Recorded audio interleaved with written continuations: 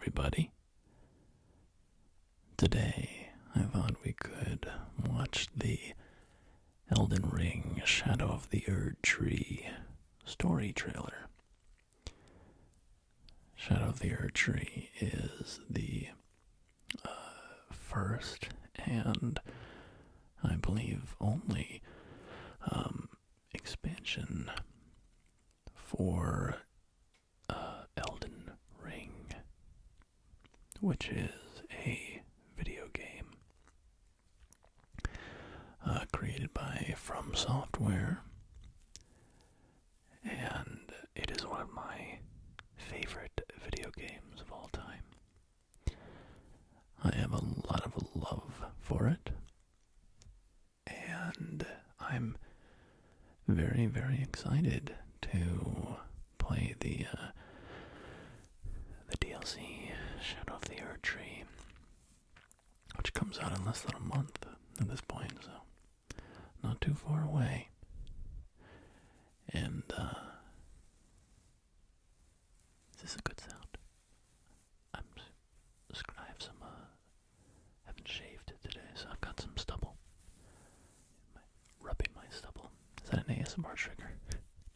Rub my stubble on the microphone. It's some of the ASMR videos they do funny things. Some of the things you see people do to their microphones. Seems like it should be behind an age barrier. I'm not judging, very creative. But anyway, going off on a tangent already. So let's go ahead and watch this trailer, and I'll just talk over it. And I don't know how much insight I'm going to be able to bring because, and I've watched this trailer already. So first off, it's been a couple years since I really was kind of deep in the game's lore. So I'm a little hazy on some of the finer points. So I'm not in the best position to, be making connections and tying things together and making predictions, but I'm gonna try anyways, because that's fun, right?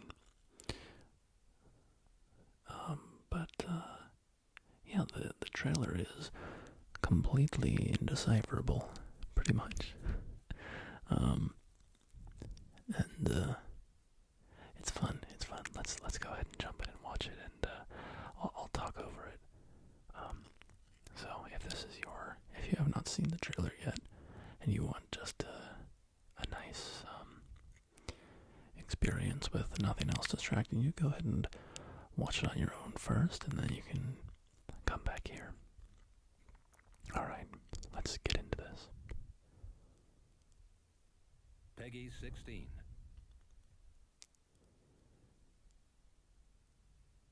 From Software and Bandai Namco Entertainment present. Miquella the Kind spoke of the beginning. Miquella is, of course, one of the demigods. The seduction and the betrayal. That's quite an opening shot. Very fleshy. An affair from which gold arose. Man, that is gorgeous. And so too was Shadow. That is an amazing shot. I love the clouds on the other side and the light that's coming through the crevice. Unseen. Oh man. Those giant wicker men are just, they're incredible. They look so cool. A purge without grace or honor. So I have no idea what this city is. The tyranny of Mesmer's flame. I think we're in some different location. We're not in the lands between anymore. Which is the lands between, or the area from the main game.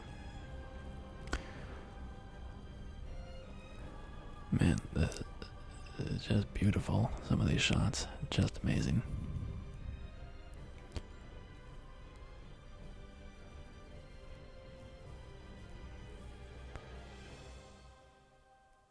And now we get a little tonal shift. Music gets a little more peppy. Miquella would abandon everything.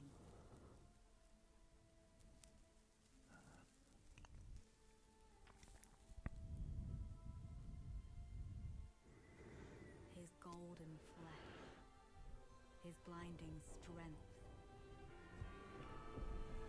even his fate. This is all very, very confusing, but very cool. I have no idea what to make of any of it, but it's very cool. We choose to follow.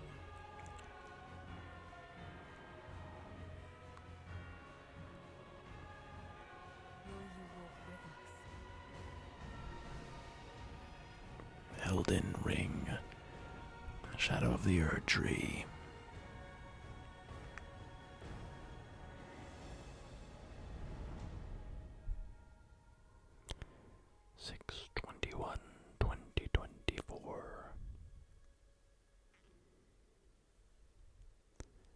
There you go.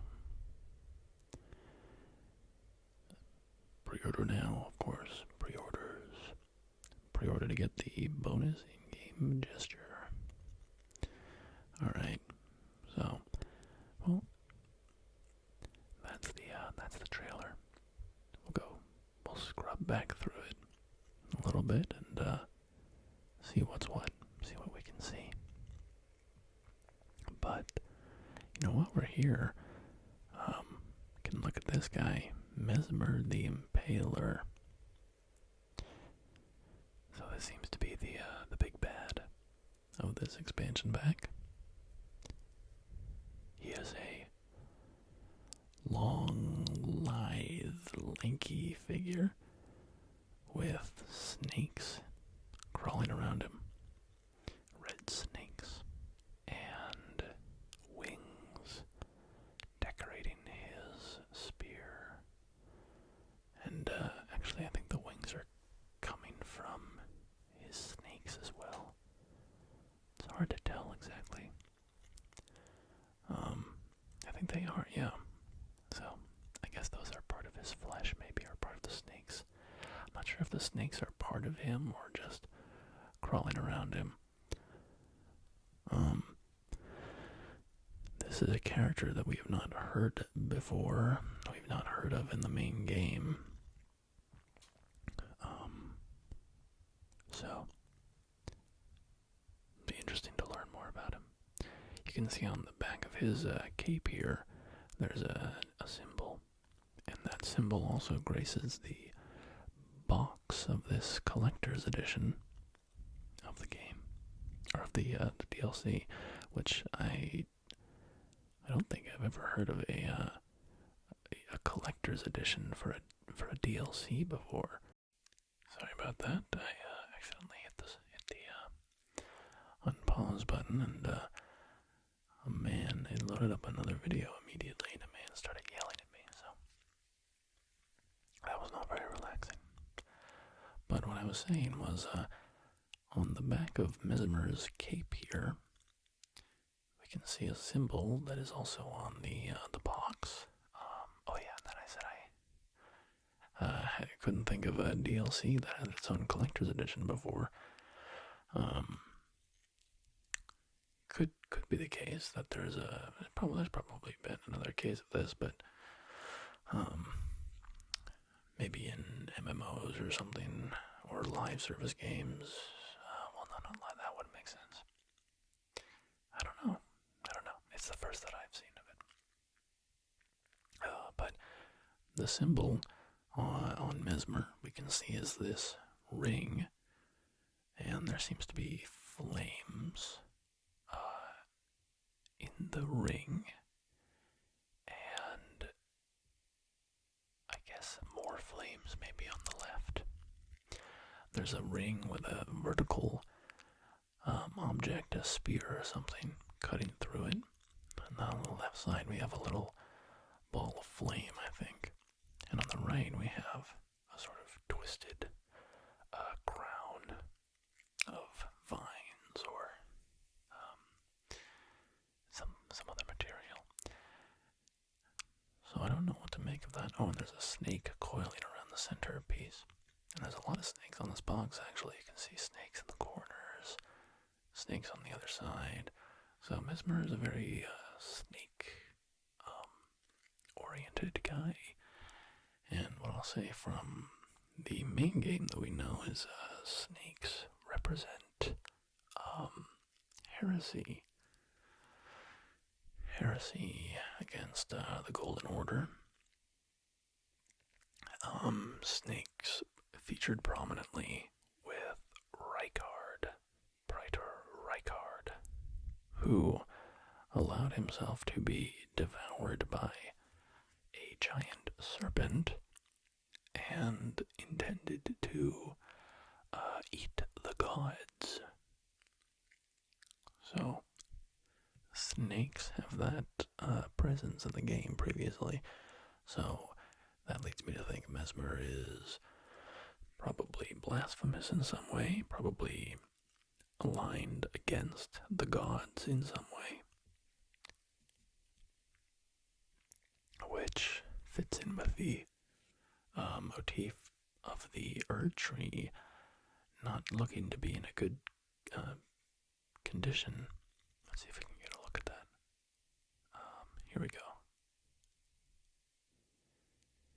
So we can see in the background here, there is the Erdtree, or maybe a Erdtree. I don't know exactly the land that we're in, if it's some sort of shadow realm, dream world, or what, I have no idea. But there's an Erdtree of some kind here, and it looks to be in bad shape, like it's being coiled by some parasitic plant, and maybe bleeding golden sap or something. I don't know. But with Mesmer being probably a sort of heretical character, it would make sense if he was causing this damage to the Erdtree. But let's go back to the beginning of the trailer and work our way through a little slower. So, first, we have this section here. Let's hit play. Miquella the Kind spoke of the beginning. The seduction and the betrayal.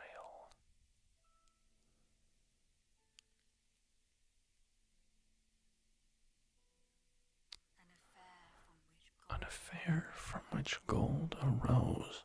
So, right away, I have a number of things on my mind as I'm watching this. One thing is, if this is Miquella here, as I assume it is, he should not be this old. In the main game, we learn that Miquella had a curse. He was born of Radigan and Marika, and their children each had a curse. And Miquella's curse was that he was going to eternally be young. He was cursed with eternal youth. He was never going to grow beyond a child. So this is clearly not the body of a child. And we got a hint of this in the game, because when you find Miquella, he is in a cocoon. He's in a sort of big egg-like cocoon, and you don't see him, but you see one of his arms dangling out of the cocoon. And the arm is similar to the one that we see here. It's the arm of an adult. So, something happened that, as far as I know, has not really been revealed to us. Something happened to Miquella to make him grow older. And so that's one thing that's on my mind as I'm watching this. What made Miquella overcome his curse? And it's not necessarily unprecedented because the Miquella is so in the game there's the Golden Order, and Miquella comes along and he has this notion of unalloyed gold, which, by my understanding, is sort of a refinement of the Golden Order. It's his version, and it's a lot more inclusive of certain people who were rejected by the previous order. So Miquella was seen as a savior of oppressed people like the Albinorics, who are sort of enslaved and tortured in the game. So Miquella was this kind of refuge. He offered this refuge for people to come and to sort of take shelter in his new order of unalloyed gold. And I think he created a needle that could stop the curse of his sister Melania. And Melania's curse, as I said, both Miquella and his sister Melania, as children of Merica and Radigan, have curses. And Melania's curse is that she is a vessel of scarlet rot, which is a very deadly, destructive force. Disease, basically. And Miquella created this needle that could stop the influence of scarlet rot. So it is possible that he found some way to overcome his own curse. If he, had this way of helping his sister, perhaps he found some way of doing it to himself as well. But at the same time, if you remember from the from the intro cinematic to Elden Ring, where it shows a sequence of images, these sort of painting-like images, we see that Miquella is being carried away by Mohg, who is a sort of villainous character that wants to create a dynasty under the influence of his god.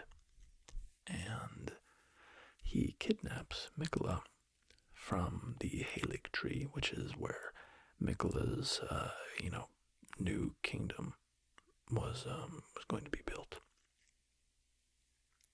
And when in that image, we see that Miquella is a child still. He's very small. He can easily be carried in one arm, just cradled in the arm by Mohg. So, presumably, when Miquella was kidnapped, he was still a child, and then we know that when he was in the cocoon, he was an adult. So something happened in between him being kidnapped and him ending up in that cocoon that made him grow to adulthood.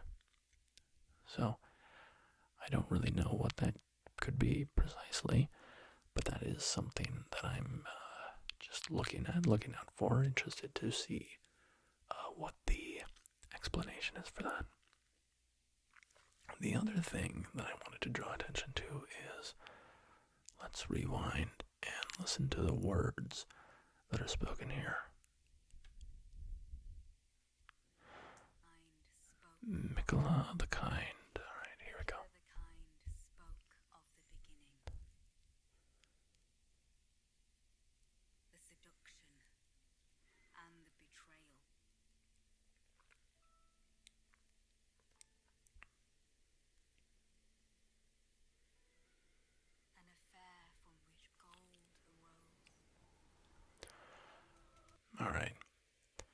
Miquella the Kind spoke of the beginning.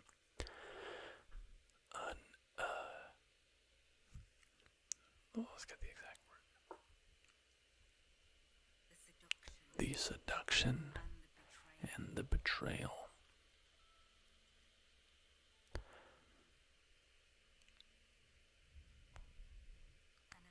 An affair from which gold arose. So, first off, affair, could just mean an event. It could also mean a marital affair, right, or a romantic affair, which ties into the word seduction, the seduction and the betrayal. So there's sort of imagery here, and also you can look at the physical imagery on screen, and maybe come to some inferences of your own, in what connections the fleshy orifices that have appeared in the cutscene might have some connection to seduction and affairs, right? This also ties into Moog, who kidnapped Miquella, and without going into grisly details, there are implications that physical seduction of a sort took place, and not a very positive kind. So, Miquella, speaking of this as the beginning, if that is what he's referring to, he could be referring to his encounter with Moog as the beginning. This is totally a swing that I have no idea if this is accurate, but if in the DLC this is some sort of, I don't know, dream world or shadow realm or something, this alternate reality, it could be that to get there you have to go to the cocoon where Miquella is held and touch the hand and go into the, and I think in the previous Shadow of the Erdtree trailer that was kind of the implication. So regardless, my thinking is possibly that whatever occurred between Miquella and Moog allowed Miquella to create this world. Obviously, Moog wanted to exploit Miquella for his own power, and it could be that the world that Moog was trying to create, Miquella created, but also there was the conflict between them, right? The conflict between Miquella's influence and Moog's influence on this new world. And so, this phrase, these phrases here, the seduction and the betrayal, an affair from which gold arose. So the seduction would be Moog kidnapping Miquella and having this relationship that created this alternate world. The betrayal, could be a number of things, but it could be Miquella's betrayal in the sense that Miquella did not go along with what Moog wanted and still sought to create his own version of the world that he wanted, right? And then, of course, an affair from which gold arose. Well, Miquella's unalloyed gold, that could be what this is referencing here. So, I also think some of these bloody, fleshy things, this is pretty reminiscent of Moog, because Moog is, after all, the Lord of Blood. And I think that this opening scene probably has something to do with how Miquella is trying to create this world while being under the influence of Moog. So, I have no idea how true any of that's going to be. But let's go ahead and move on. An affair from which gold arose.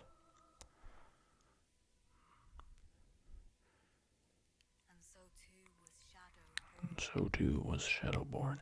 That could be the influence of Moog, the influence of darkness. And this again, a war unseen. Could be the war between, Miquella's vision for the world and Moog's vision for the world. Of this new world being created.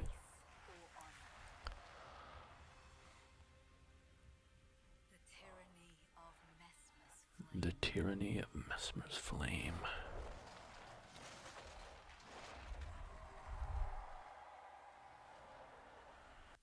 So, I'll say now,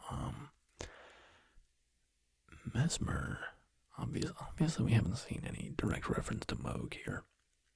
And, in fact, we kill Moog in the main game, so there's a good chance that he won't show up directly. But Mesmer could be aligned with Moog, perhaps.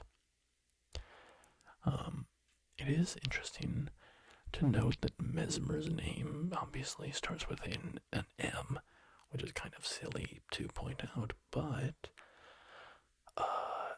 the children of Millennia, the names in this game, there's a lot of echoing of first letters. There's a lot of first letters are reused in the names.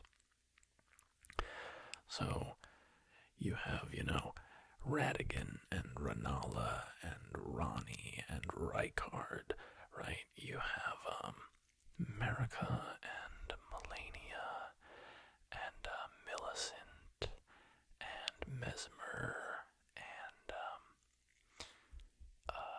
oh come on, who's the girl that the kindling maiden that follows you around?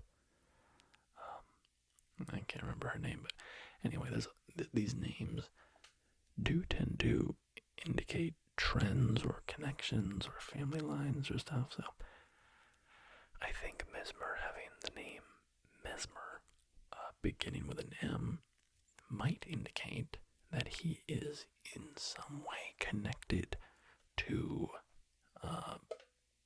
Melania and Miquella.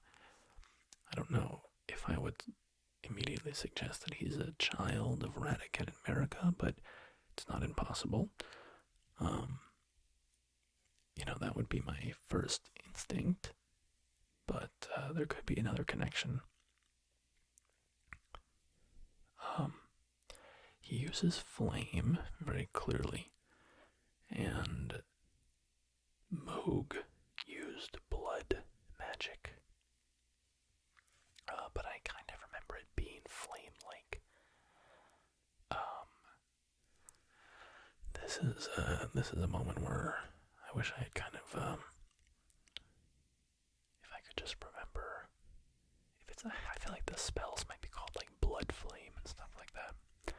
I don't know, I won't linger on it because I don't remember it too well, off the top of my head, but suffice it to say, my general inclination right now is that Mesmer is somehow related to Moog and Moog's god, whose name I can't remember, the mother of blood or something like that. I don't remember.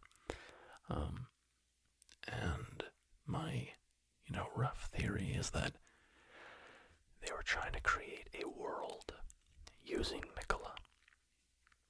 And Miquella fought back with his influence and tried to, create a world of unalloyed gold. But Moog / Mesmer and then their forces, they launched a war against Miquella and destroyed Miquella's forces. That's this war they're referencing. Mesmer the Impaler. Yeah, I don't know. I have much more to say about this in particular. Just very cool. These wicker men. This is from. I'm pretty sure this is a reference to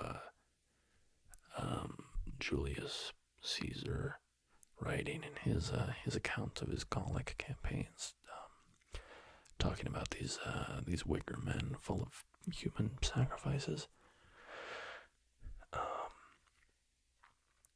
So I can't tell. I think those are big coals in there, not human bodies. But they look very, very cool.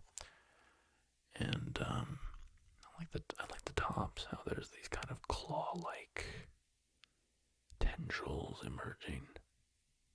These big wicker men are very cool. What followed was a war unseen, which would make sense if this is all in this shadow realm, unseen from the lands between, right? A purge without grace, or honor without grace.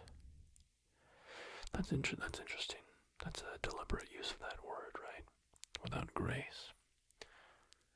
Because grace was, of course, a major part of the game, the call of long-lost grace, right? So, are they tarnished here? It would seem not. If there's no grace, there's nobody here with grace. But yeah, let's continue on. Very cool. Very, very cool looking. I wonder who that is. If that's somebody important. This lion thing is so cool. It's like one of those Chinese lion puppets. Or dragon puppets.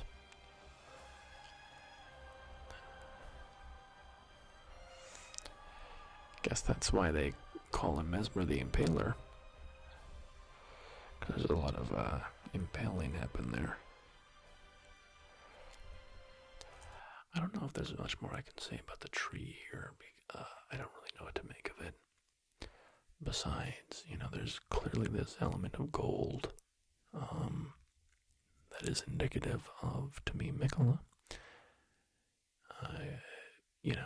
Gold could also reference the Golden Order from the lands between, but I think in this context, in this world of Miquella's, it's a reference to Miquella. The tree being sort of torn apart by this other tree is, I think, a visual indication of what's happening. I'm wondering is there any other angle we see on the tree? No, I don't think so. That's the first time we see it. Yeah. I was kind of curious if we saw a shot from before the tree was in this state, but it doesn't seem like it. Alright, let's continue on. Yeah, I don't have anything to say about this. I think it's just a physical representation of what's going on with Miquella's world, right? The Miquella's tree is being destroyed by this other force, this dark force. Let's go on. The buildings are like dissolving upward, which is an interesting thing. Kindly Miquella would abandon everything. Yeah. This obviously, I don't know, this kind of reminds me of runes, like a rune arc or something. Has that shape of the Elden Ring, sort of. Just the general look, like it could be a part of it. This looks like a divine tower over here.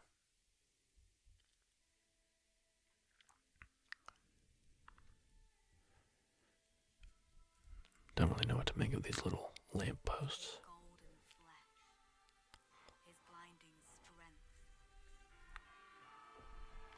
even his fate.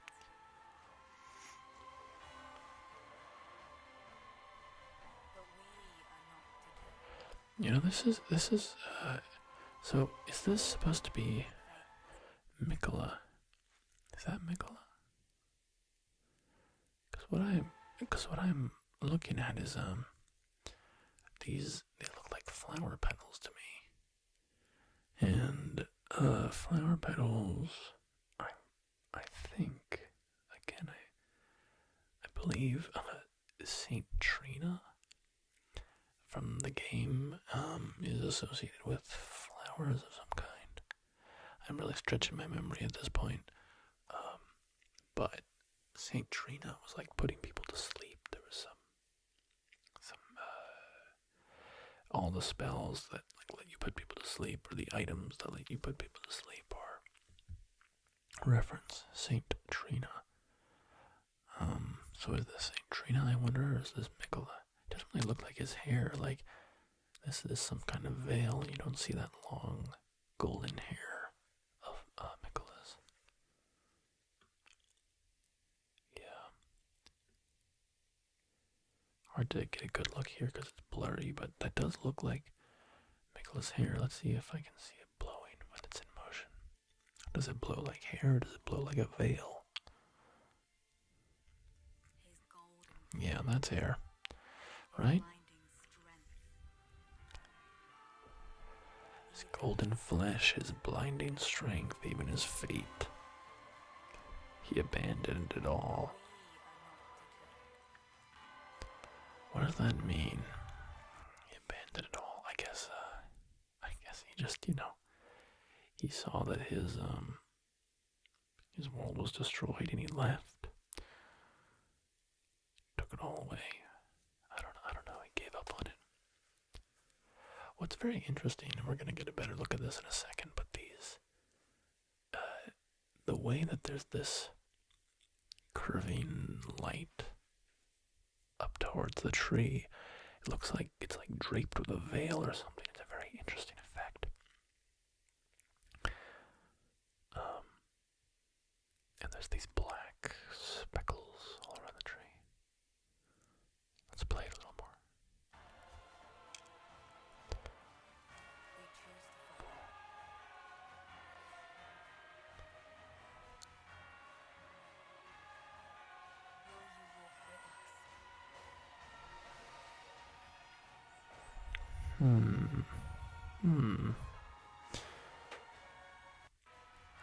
So these veils, they remind me of like mosquito netting, right? It has that look to it.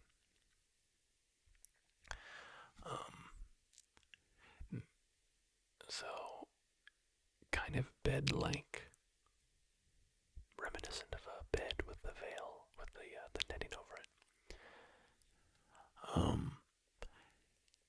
Yeah, I don't think I have as much to say here at the end, because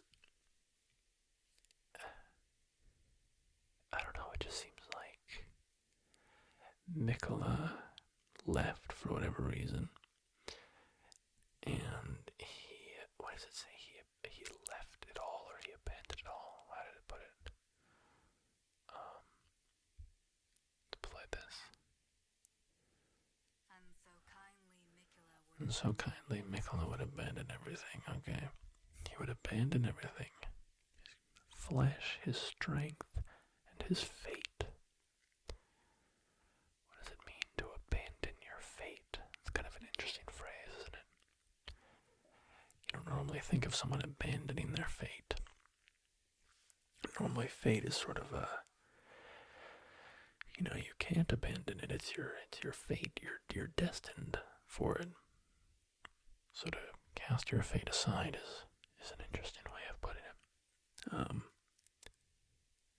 What it makes me think of is the fact that he's an Empyrean, which is basically a vessel. Like he to become a full-fledged god. And like his mother, America. And if I had to interpret that phrase, abandon his fate, I would say that means he has abandoned his Empyrean status in some way, similar to how Ronnie did in the main game.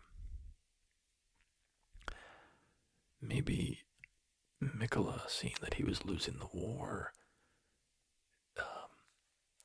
cast aside his Empyrean status somehow, similar to what Ronnie did, and, weakened himself, right? He lost his golden flesh, he lost his blinding strength, and he lost his fate as well, because maybe when he saw that he was losing, he realized that, if he no longer had the powers of an Empyrean, he couldn't be taken advantage of, like how Moog was doing. I don't know. Does that make any sense?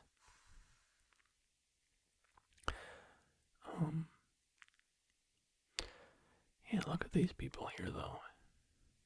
This little gang of friends. A bunch of buddies. It's kind of interesting, all these, normally in a Souls game, you don't really get a lot of teamwork, like this sort of group of people all getting together in a big party. It's much more social a scene than is normal of a Souls game. Which is kind of true of Elden Ring in general, even, I would say, with the Round Table Hold tending to be kind of packed full of people. Yeah, well, I think that's about all I have to say about this. There's people who dive much deeper into the lore than I do, so I'm sure there's lots of good videos on YouTube at this point to get the good theories. Yeah, I'm very, very, very excited. Do we recognize any of these people? I don't think so. I don't think any of these are familiar. This guy actually on the right, this big armored dude, he kind of looks like someone from the main game. Am I going crazy? Isn't that like a goat dude who has big hammers? I don't know. It looks like he could be. These other people, I don't really recognize their armor sets. I don't know. Well, now I'm just sitting around looking at armor, so I think that's about as much as I have to offer to this conversation. So, thank you for watching, for listening. I hope that you were doing very, very well. I hope that you get some